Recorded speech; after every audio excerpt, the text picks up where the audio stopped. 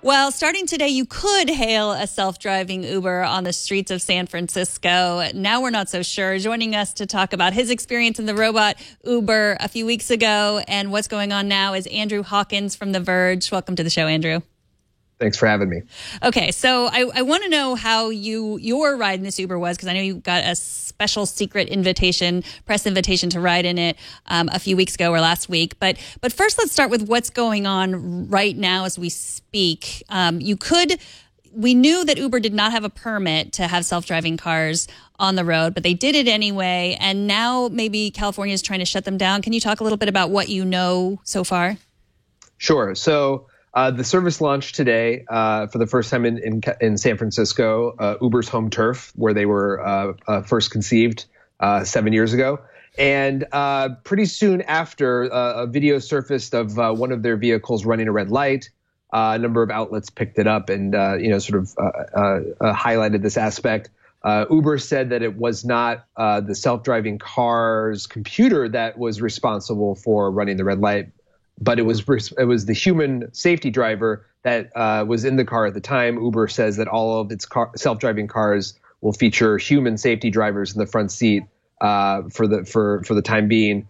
And then soon after that, the DMV released a letter that was sent to Uber saying that they had not obtained a permit to operate self-driving cars in San Francisco. A number of other companies have done this. Google and Ford and a number of car companies have obtained these permits. Uber has this reputation for flouting the laws, sort of skirting the regulations, and they have not obtained this permit. I think it costs like $140, which Uber's worth $68 billion. They can obviously afford that. But have you ever gone to the DMV to get like a permit? Like seriously, it's not the most fun thing in the world.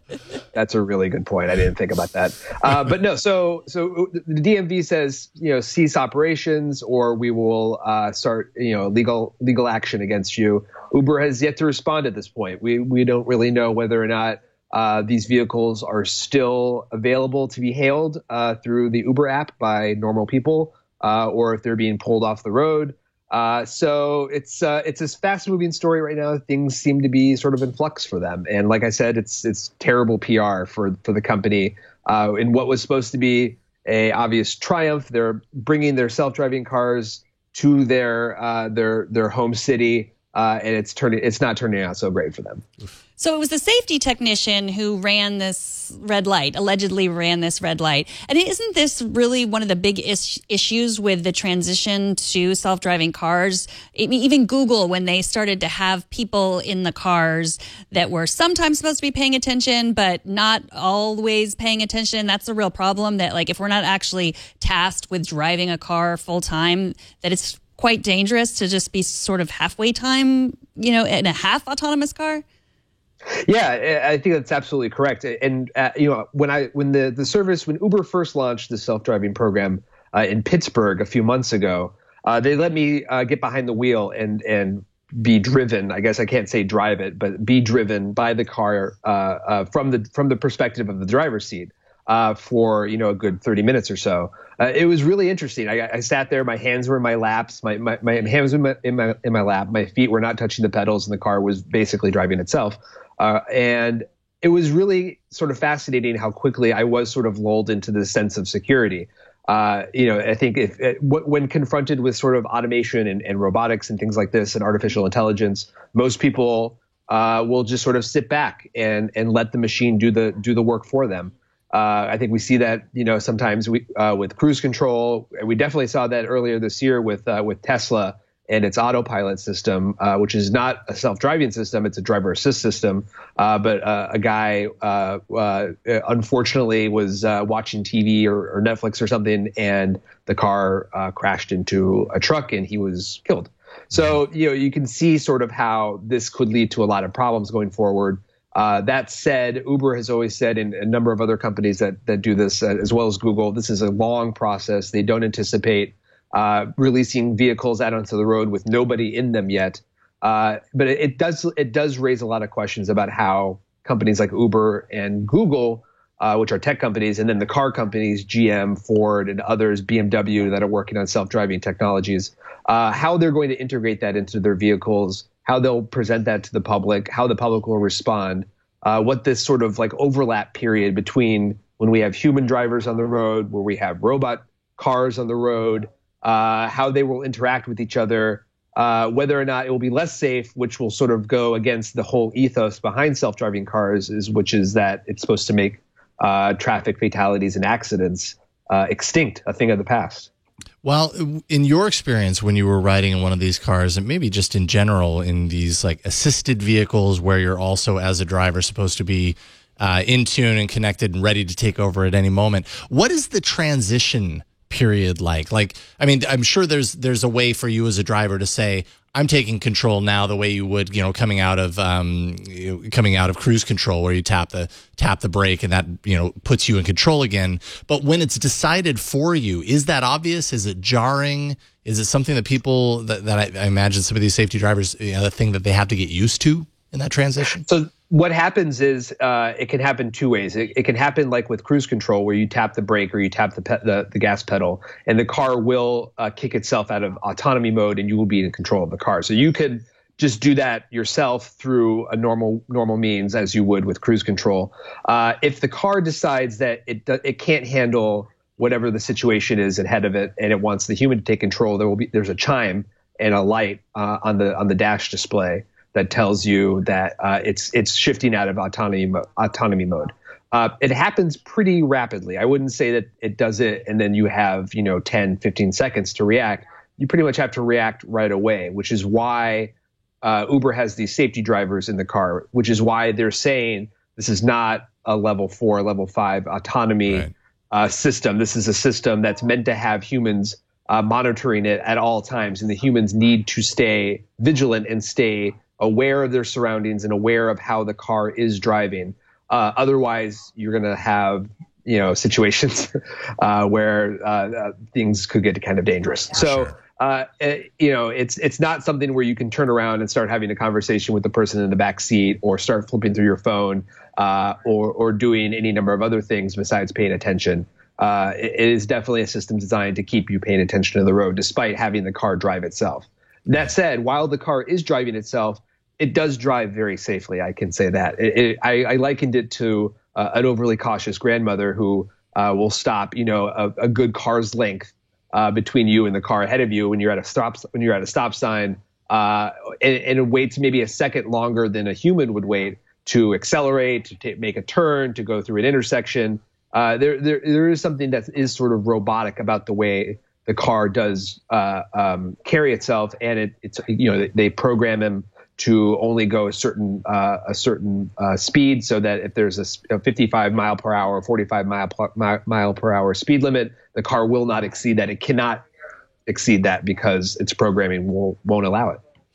So they've been operating in Pittsburgh for a while, and they have a permit in Pittsburgh, but an Uber spokesperson told Wired that they didn't get a permit because they didn't need one. They felt they didn't need one.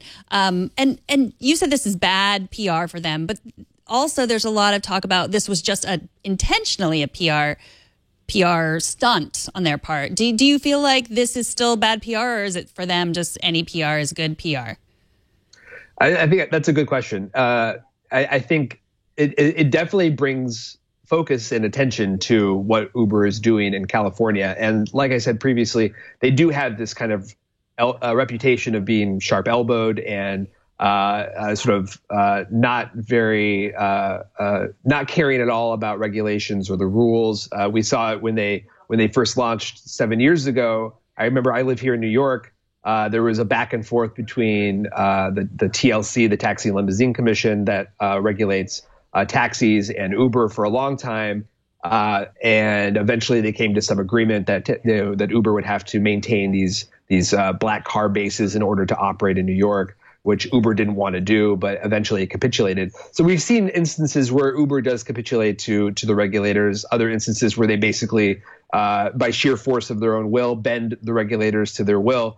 And they did that in New York as well, where they got into a fight with the mayor of New York City when the city tried to regulate them and limit the number of cars that were able to be on the road. And eventually Uber sort of marshaled all its political and lobbying power and got the city to scrap the plan.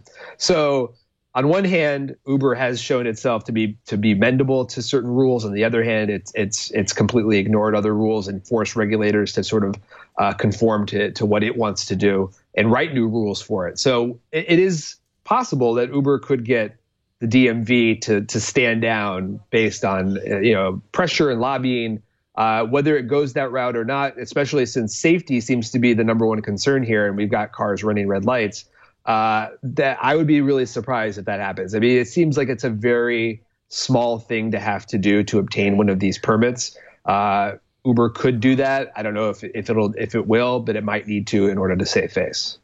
Well, I mean, I am 100% behind self-driving cars. Like, I want them as fast as possible. But Uber is just really like, I wish there were a different company really pushing to get them out there, because I do think that they need to follow the regulations. But I mean, if you think about it, okay, the car ran a red light, a human was behind the wheel, no one was hurt. Like, in that hour, think about how many people were killed in other cars where they were behind the wheel. Like, it's definitely safer in the long run. So but do you think it's possible for like any company to push the envelope and regulations for self-driving cars in a different way? Do you think this is the only way that we can really get autonomous cars on the road? Fast. So before Uber launched the service today, we had Google coming out with its announcement that it was spinning off its self-driving car company into a separate company called Waymo, which I think is a terrible name, but they didn't ask me for my opinion. But that said, it seems like they're shifting focus from manufacturing their own cars to building the software that could then be plugged into a third-party car. Google has a permit with the California DMV, as do dozens of other companies. But the thing that Uber has that these companies don't is this network of drivers and riders affiliated with its ride-sharing service. So you've got 1.4 million drivers across the world, tens of millions, hundreds of millions of people who use the service.